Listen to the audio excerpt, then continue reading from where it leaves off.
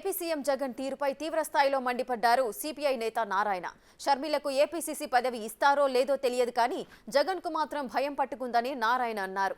అందుకే కుటుంబంలో చీలిక తెస్తున్నారంటూ కొత్త రాగం అందుకున్నారని ఎద్దేవా చేశారు. ఇక మరోవైపు కేసీఆర్ ను ఏపీ సీఎం కలవటంపైన నారాయణ స్పందించారు. తాజా రాజకీయాల నేపథ్యంలో కేసీఆర్ సలహా తీసుకునేందుకే ఆయన హైదరాబాద్ వచ్చారని అభిప్రాయం వ్యక్తం చేశారు. ఇప్పుడు కాంగ్రెస్ పార్టీ కూడా జీవసత్వాలకు ఉపయోగపడే కొన్ని మంత్రాలు చేస్తున్నారు. షర్మిల ఇప్పుడు ఢిల్లీలో మంత్రాలు ఆడుతుంది. ఆమెను తీసుకొచ్చి ఆంధ్రప్రదేశ్ చీఫ్ చేయడానికి ప్రయత్నిస్తున్నారు. అది వాళ్ళ ఇష్టం, వాళ్ళ పార్టీ ఇష్టం. ఆమెని ఆంధ్రప్రదేశ్ కాంగ్రెస్ పార్టీ అధ్యక్షుడిగా చేస్తారనేది తెలియదు కానీ జగన్మోహన్ రెడ్డికి భయపడిపోయాడు. ఫస్ట్ టైం జగన్మోహన్ రెడ్డి భయపడింది. ఏమంటున్నాడు? నా కొంపలు చిచ్చు పెడతారా మీరు అని చెప్పి చంద్రబాబు తిరుగుతున్నాడు. నీ కొంపలు చిచ్చు పెట్టే ధైర్యం అంత సాహసం చంద్రబాబుకుందా? నీ కొంపలు నువ్వే హత్యలు చేసుకుంటున్నావు. వైఎస్ వివేకానంద నువ్వు చంపారు. నువ్వు జైల్లో ఉన్నప్పుడు పాదయాత్ర చేస్తున్న శర్మని ఏం చేశావు? నువ్వు జైల్లో ఉన్నప్పుడు అధ్యక్షుడిగా ఉన్నటువంటి మతాన్ని ఏం చేశావు? నీ కొంపలు నువ్వే పెట్టుకుంటున్నావు. మీ అమ్మను బాగొట్టుకుంటువి, మీ చెల్లెలు బాగొట్టుకుంటువి, మీ బాబాయిని బాగొట్టుకుంటువి.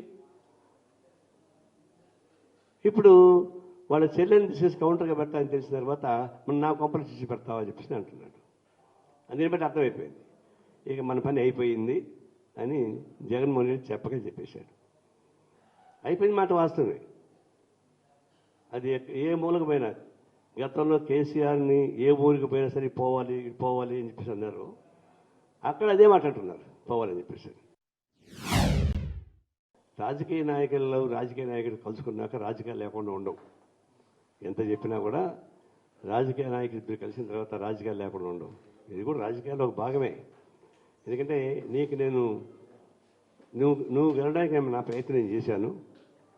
పోలింగ్ రోజు ఎవరైనా తగ్గు పెట్టుకుంటారండి? నాగార్జున సాగర్ తగ్గు పెట్టుకుంది. పోలింగ్ డే అంటే ఆంధ్ర తెలంగాణ ఫీలింగ్ పెట్టి కేసీఆర్కి ఇంకొంచెం ఓట్లు రావడానికి ఉపయోగపడే పద్ధతిలో ప్రయత్నించాడు.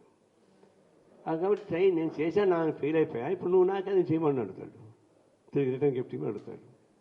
అంటే రకరకాల పద్ధతుల్లో సపోర్ట్ చేయమని అవకాశం ఉంటుంది. రెండవది, ఇప్పుడు కేంద్రం సరిహద్దుల సమస్య వస్తున్నాయి. ఇవన్నీ కలిసి చర్చించుకోవడానికి ఉపయోగపడే ఏర్పాటు జరుగుతాయి. రాజకీయాలు లేకుండా మాత్రం ఊరిక కేసీఆర్ని జగన్మోహన్ కలుస్తాడని అనుకోను.